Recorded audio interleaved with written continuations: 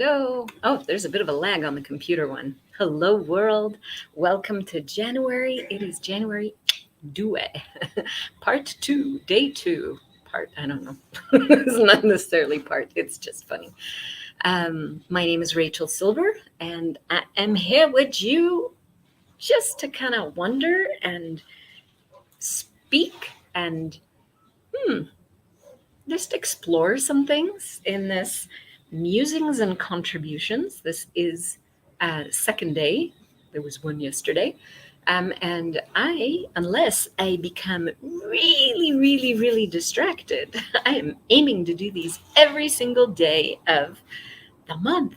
How does it get even better than that? So I realized that I was bouncing around a lot yesterday, which is something that I happen to do because I have a bit of an ADD sort of brain, possibly a little bit OCD sort of a brain as well.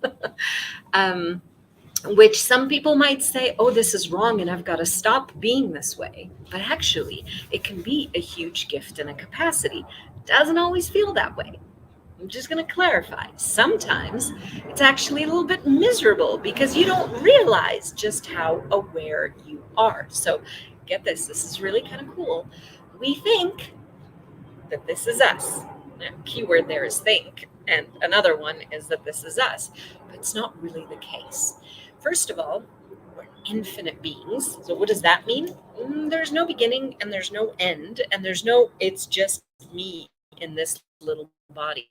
Hence, what I was speaking about yesterday with, there is so much more to us than meets the eye, and certainly well beyond any stories that we might have ever spoken about or anything that we've ever said about ourselves or described ourselves as. Hence the invitation yesterday to let go of all of those definitions that you may have of yourself and actually begin to appreciate everything that you've chosen or everything that you've been up until now. Got my kitty here. I get so lucky. So the reason that I'm saying that is this occurred earlier. We were at the grocery store. We were driving around. It's the holiday season still, even though we're on the tail end of it, being on the January side of the new year. But still, there is so much that we pick up on and that we think is ours, that we think is us. And it isn't, because we actually happen to be aware. What a concept. And as infinite beings, if there's nothing that's outside of us and we're able to perceive everything, we don't realize that. And we think we're teeny tiny and this is just our little world. But that's not the case. We are so hyper aware of everything that's going on around us. Hence, when people speak about recessions or about depressions or teenagers in a high school or, people in the shopping mall prior to Christmas time or after Christmas time, it's amazing just how much you pick up on from everywhere around you. And I would be one who would swear to you up and down that there is no way on this planet Earth that I was aware. But we're far more aware than we've ever given ourselves credit for. So if that's the case, how much of what you've been frustrated by, you've been trying to fix, trying to change, trying to modify, quote unquote, about you, hence this time of the year with all of those New Year resolutions, how much of that isn't even yours? Like, do you get that? If it's not yours, who are you choosing for? Who are you living for? Who are you doing this for? If it's not yours at all. This idea of awareness and of being so aware of everything that's going on in everybody else's world is so far beyond what's generally spoken about, be it in therapies, in schools, in families, and anything else. Nobody speaks about that. Nobody tells you that you are far more aware than you've ever imagined. Nobody's ever spoken to you about how there is so much that you pick up on from the outside world that actually doesn't have much to do with you. But since it's going through your head, since you're perceiving the energetic broadcast that's out there in the world, it's going through your head and you're like, oh, went through my head, went through my ears. It almost sounded like it was in my own voice. And so it's got to be mine. And I've got to fix this. And I've got to work on this. And I've got to keep judging myself because, who didn't grow up with some constructive criticism? And I'm only telling you this because I care. Yeah. But all of that stuff that we've been really using against us, listening to about us that isn't necessarily true for us, is where we're not honoring ourselves. So, what if we begin to acknowledge just how aware we are? And sorry if I'm looking in two different places, got two different cameras going. But what if we would actually acknowledge that we just experiment with this? You don't have to believe this. You don't have to, take it in and this must be the case. Nope, just play with it. What if, perchance, as an experiment, what if you are far more aware than you think that you are? And what if you may very well be perceiving what's going on for people outside of you? Kind of like a receiver, a radio receiver that's picking up the waves of depression or of struggle or of frustration or of recession or of whatever else people are angsty about at this time of the year. Families being able to afford things or not afford things, being able to put up with certain people or not, or whatever is going on, whatever it is that you're aware of. These are waves that if they're going past you, many times you take them in and you get confused between this is me, this is something that I'm quote unquote feeling, or are you actually just sensing and perceiving whatever it is that's going past you? I can tell you from personal experience that I was medicated. I was in therapy for years, probably from about 18 or 19, something like that, until my mid 30s.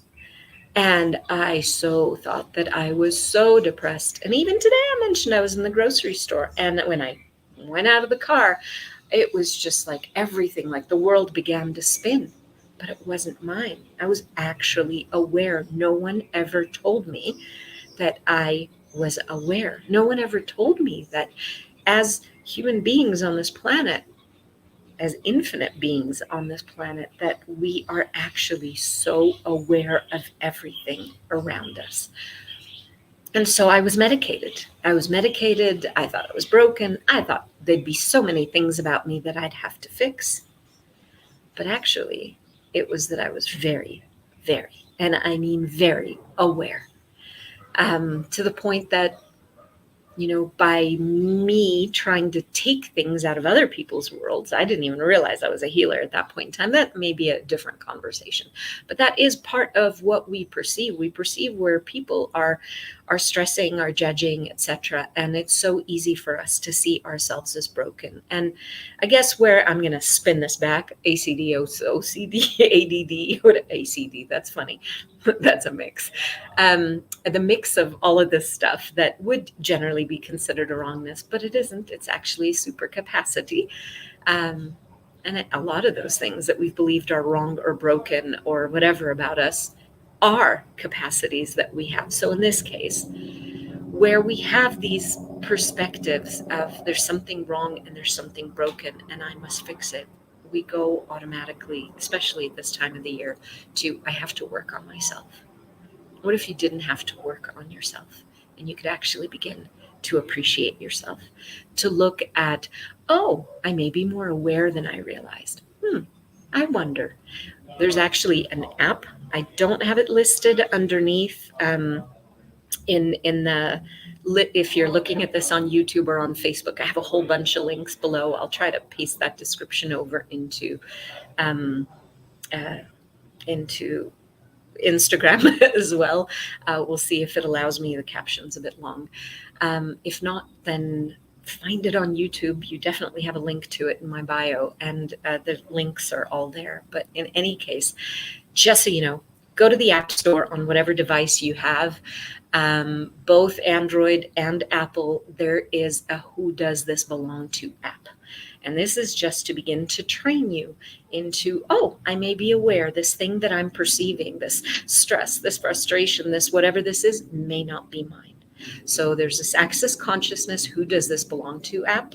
Really creative, because we don't realize that so much of what we are processing, what we are living, what we are embodying isn't actually ours. And so whether you're diagnosed with something or whether you're just freaking yourself out, you may be picking up on other people's stuff. And I remember when my son was in 5th grade and had to take a math test, and happened to be absent on the particular day that they were doing the test, because it was one of the Jewish holidays and we were not in class that day. We were observing the holiday. He had to take a makeup test. And the teacher said to me, all the students did so badly on the test, except the 5 kids that happened to do the makeup test later. And I said, that's fascinating, isn't it? They didn't have all the stress of, oh my God, I'm going to do so badly on this test. Oh my God, I'm going to do so badly on this test. I don't know this material. They weren't sitting surrounded by another couple of hundred kids that had the same point of view going about how they're going to suck and things are going to be bad and things are going to be difficult, and they don't know the material. Because it just goes from one brain to the next brain to the next brain to the next brain, and we don't even realize, because it's just like a radio. Just like a radio, you turn on the radio to a particular station, you pick up the wavelength that's going through all the time. And when there's more and more people putting on the same radio station, that sound, whatever it is louder and louder and louder, and it surrounds you even more, and you think you're that, but you're not. And that was such a clue for me to see that, we just weren't picking up on, that same kind of thing. Now, there's different nuances. If somebody's around depression a lot, I grew up around very depressed people, so that one really vibed for me. There are other people who grow up around really angry people, and that's the one that they really pick up on and tune into, and somehow almost make it a mission in life to have to fix. So different strokes for different folks.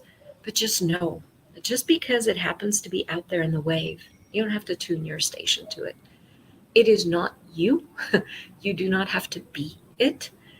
You, as an infinite being, are so much greater than any of that stuff that you are perceiving around you. And the more space that you allow yourself to be, the more ease you have with everything that you're perceiving. And this is something that even after, was it 2011 when I first came across this information in the Being You Changing the World book and the BARS class that I took, that was my first introduction to the Access Consciousness tools. I had no idea that this was the case before. I thought, I must be broken. Nope. And I still have to remind myself every single day. Because we've been around this stuff, around these judgments, around these points of views, and they've been pretty loud and pretty intense. This reality is pretty loud and pretty intense, but we're not it. We can be in this reality, but not of it. You don't have to play the same game as everyone else does. We're not broken.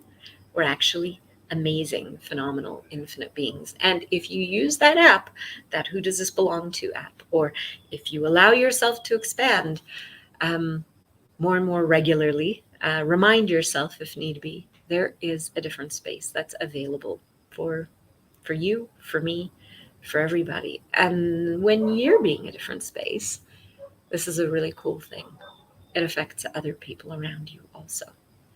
When you're being really stressed out, when you're being really contracted, that also affects other people around you. So it's pretty cool to see the effect that we can have in the world. So what else is possible? How does it get any better? And I hope to see you tomorrow, baby. Bye. Thank you.